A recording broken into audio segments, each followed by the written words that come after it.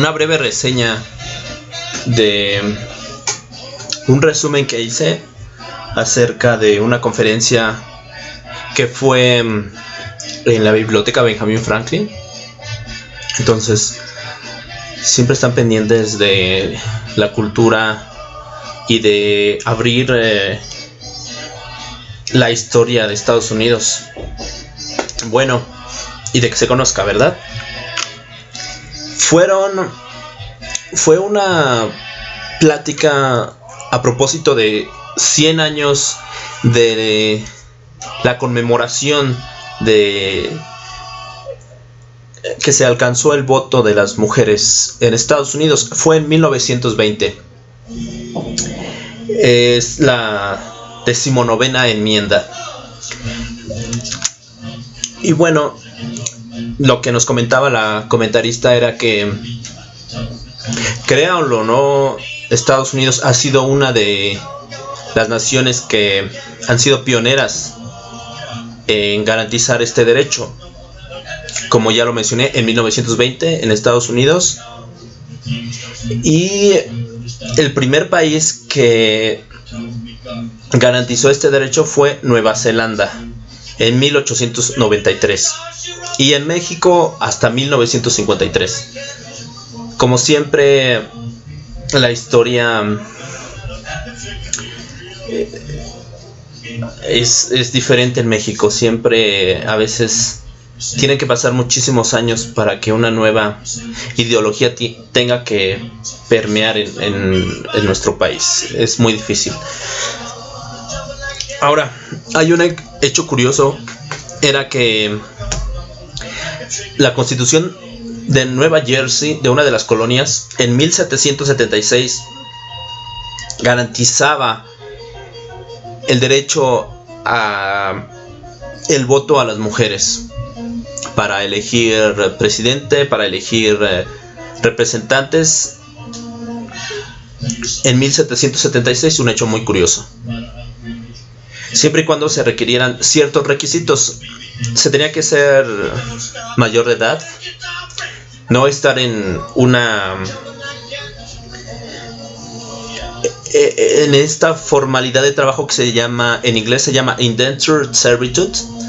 Es algo extraño porque, bueno, al menos yo nunca lo había escuchado, pero lo que pude leer es que esta es una manera de trabajo que se tenía en Estados Unidos. Generalmente las personas que llegaban a Estados Unidos y que tenían el sueño americano, pero no tenían el dinero para viajar en barco, porque es un viaje extenso y, como sabemos, muy caro. Generalmente las personas no tenían ese dinero y, bueno, cuando llegaban aquí, alguien les solventaba los gastos. Y entonces entraban en esa modalidad que se llama indentured servitude. Algo así como que tenían que pagar, pero era por contrato y tenían que pagar ese dinero. Entonces,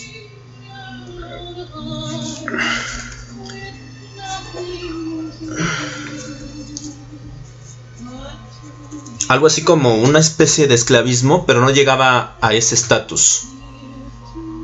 Y también se pedía que se tuviera al menos una residencia de 12 meses en Estados Unidos y un valor de 50 pounds.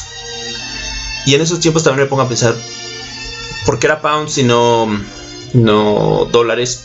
Pues porque en esos tiempos la economía de Estados Unidos apenas estaba despuntando. En 1776 viene siendo casi la época en que la nación emerge como... Más bien fue la primera constitución. Entonces en ese momento era la verdadera... el verdadero despegue de la nación. Y pues todavía no se tenía la moneda de los dólares. Había algunos argumentos que estaban en contra. Y bueno, el hecho curioso es que antes ese derecho estuvo en Nueva Jersey hasta 1806.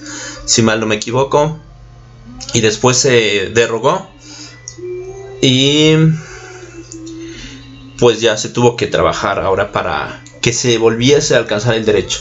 Nos comentaba la conferencista que es algo triste porque pues, es algo que nunca se hubiese quitado, ¿verdad? Tenemos algunos conceptos que estaban en contra de que se garantizara el voto a las mujeres. Estos son: había algo que se llama en inglés domestic feminism, y yo lo traduzco como feminismo doméstico.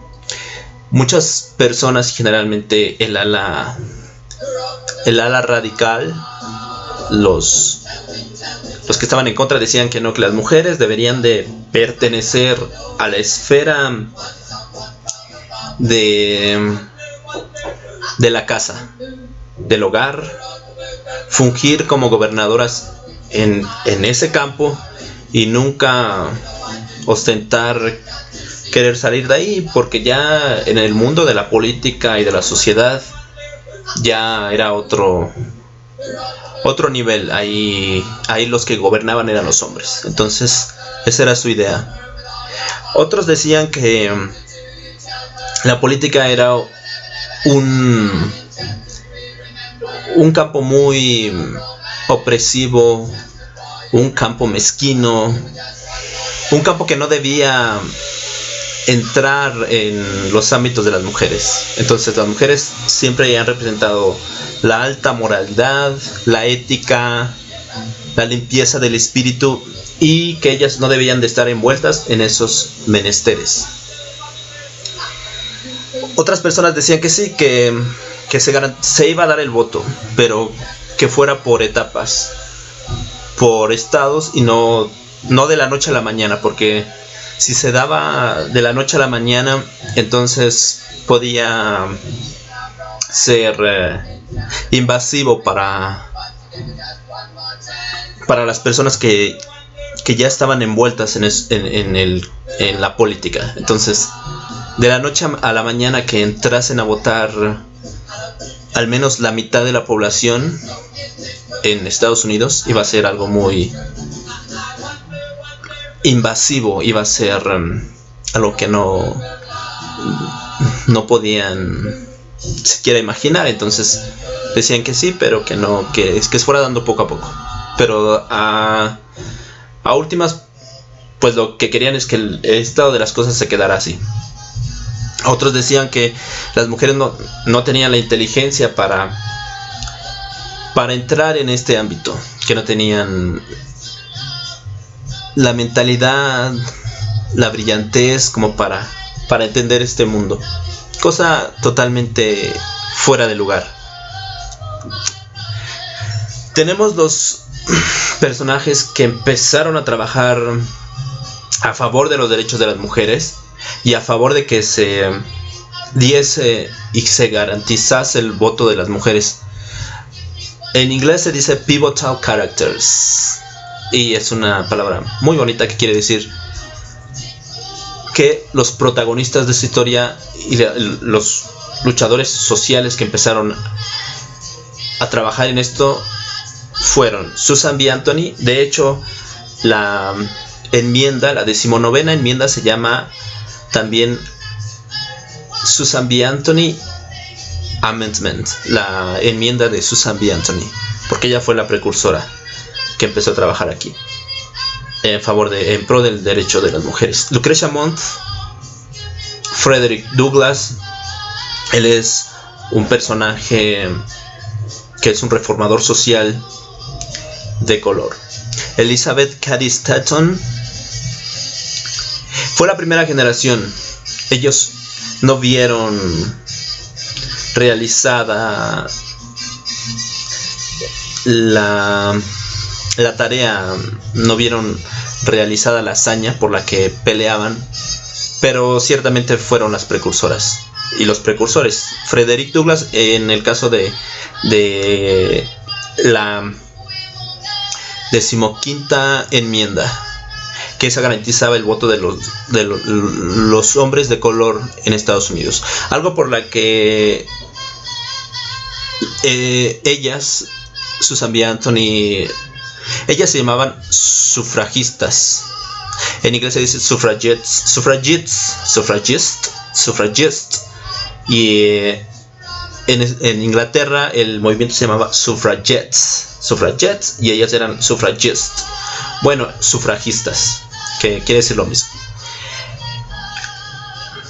Hasta cierto momento ellas estaban ciertamente como celosas, porque la 15ª enmienda fue garantizada antes de la 19ª enmienda, y ellas esperaban que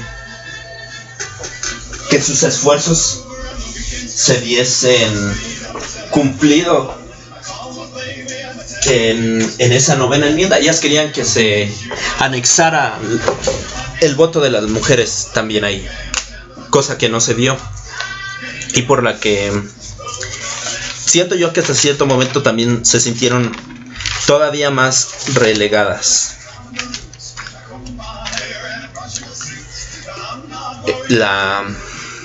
Como ya mencioné, la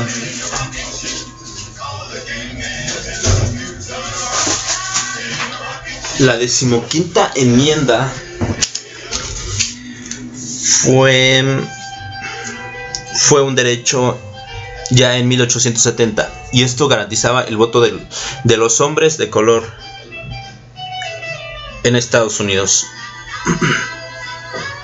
Bueno, entonces ellas se organizaron, principalmente entre otras muchas más, en una convención que se llamó la Convención de Seneca Falls en 1848 en Nueva York.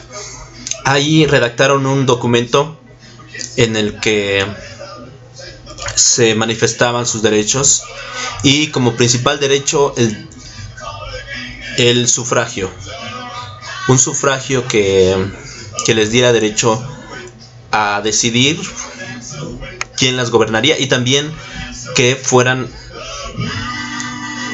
propuestas también como gobernadoras y legisladoras. Aquí estamos viendo Lucretia Mott, Susan B. Anthony, Elizabeth Cady Stanton y Frederick Douglass. Él es un reformador social.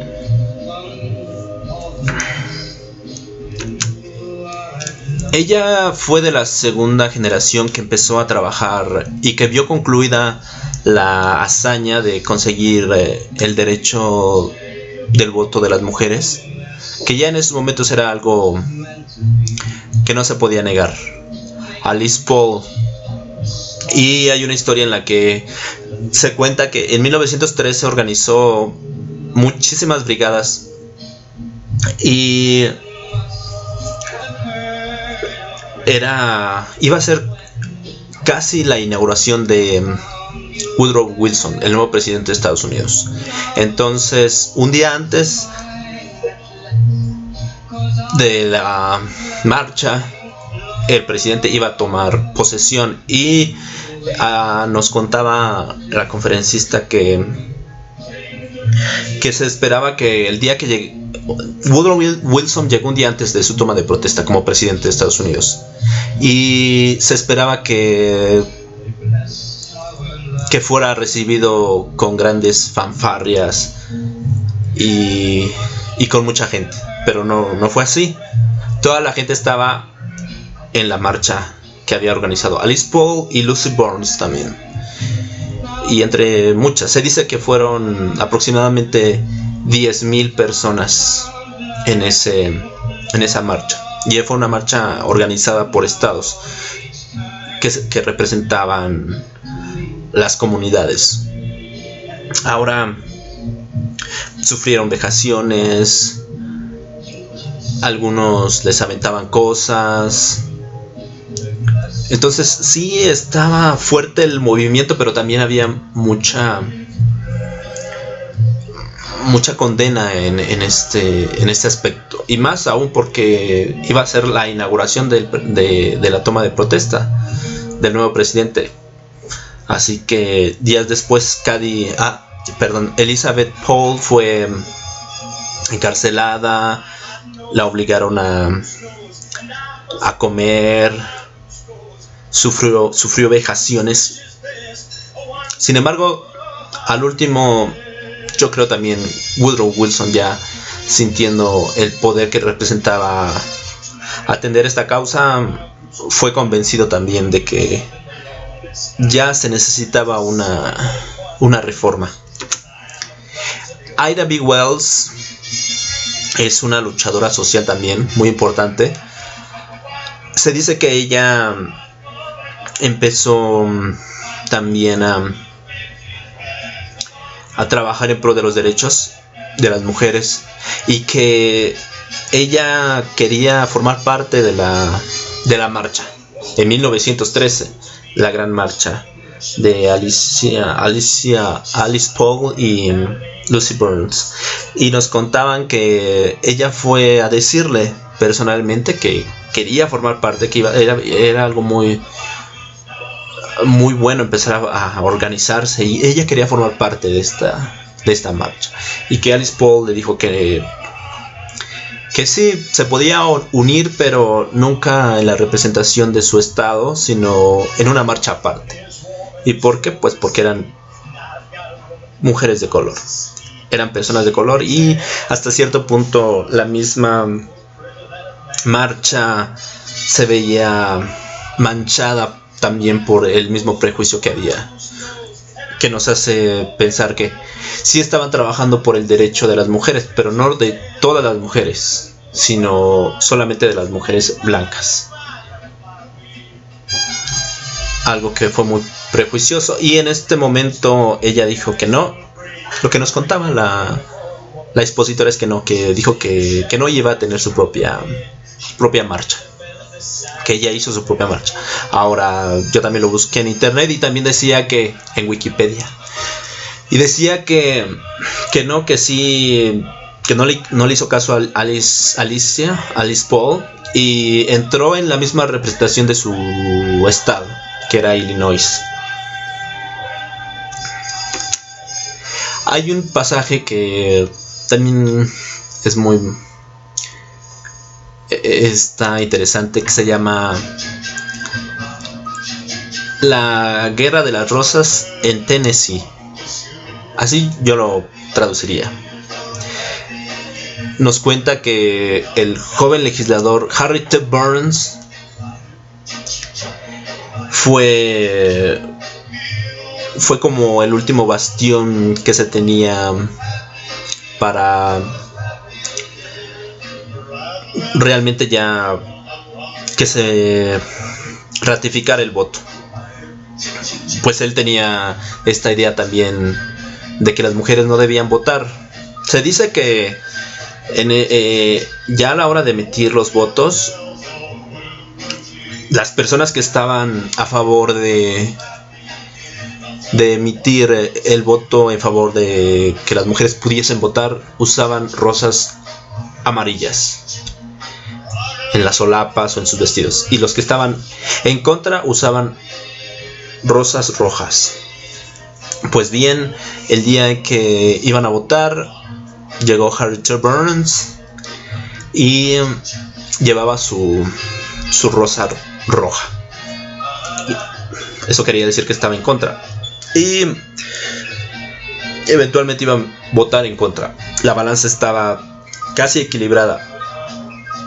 Era la misma cantidad de personas que estaban en favor y que estaban en contra. Y entonces su voto fue el voto decisivo. Pero hubo algo muy importante que hizo que cambiase de opinión, y esto fue que su mamá le mandó una carta muy conmovedora, en la que le instaba a que tomase una decisión apropiada para la democracia, para ayudar a enriquecer la vida política de Estados Unidos. Y fue conmovido de tal suerte que votó a favor de que se ratificara la ley. Así que en agosto de 1920 fue cuando se ratificó la 19ª enmienda que garantizaba el voto a las mujeres. Y por eso ahora se conmemoran 100 años en Estados Unidos de ese voto. Y lo que nos comentaba también la expositora es que se ha trabajado mucho para que se llegue a incluir